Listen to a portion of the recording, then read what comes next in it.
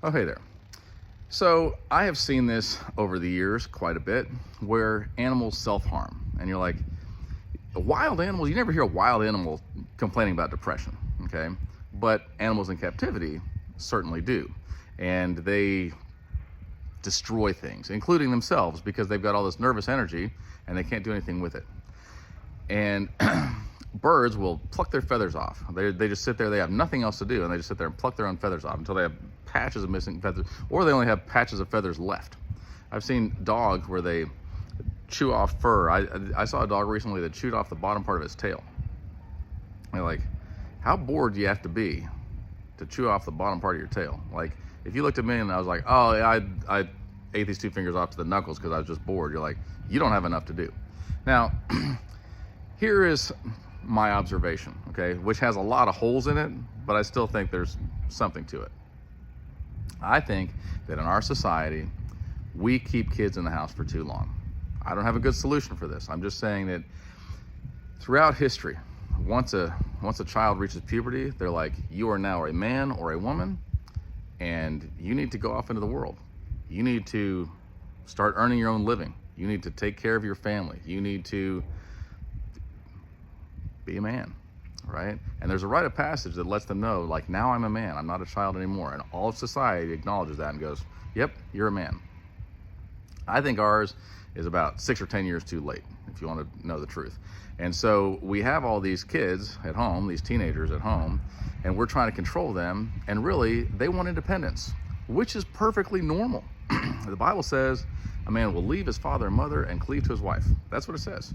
This is a normal thing. The natural order of things is that kid wants to be out of the house. They want to have their independence. They want to make their own way. And as much as you've loved them and been great to them, they don't want to hear it from you anymore. They want to go and try it for themselves.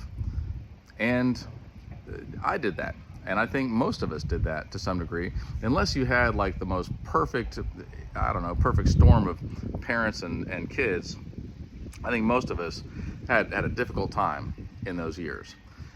I think it's because we stretched those years out for too long. I hear people complaining all the time, oh, blah, blah, blah, my kid is a teenager and, they don't do what I say. I'm like, well, pretty soon they're not gonna do anything you say. I mean, I hate to tell you this, but you're a couple years away from them being an adult in American society or whatever society you happen to be watching this in. Maybe it's time to start giving them more authority and teaching them, hey, this is how it's going to be in the real world.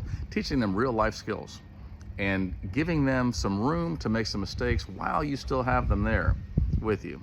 Because let's be honest, I don't have a good solution.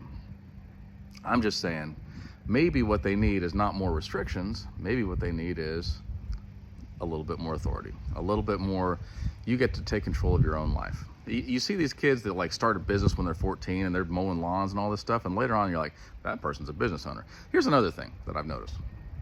You see these young mothers, right? And they got pregnant and they were in junior high or high school or something like that, and everybody's got bad rumors going on about them. But then you see them 10 or 20 years later, and they're the most, how do I say this? They have a family, they're quiet, they stay at home, they just go about their business, they're not sleeping around, like they're just trying to take care of their family because they learned early. Now, did they make some mistakes early? Sure, they made some mistakes early. In comparison to what other people made later on, it pales, right? Like it's almost nothing compared to what other people do if they're just left to do things. I think that we need responsibility. I think that we need authority in our own life. I think that we need to take responsibility for our own actions. And part of that is being able to make mistakes.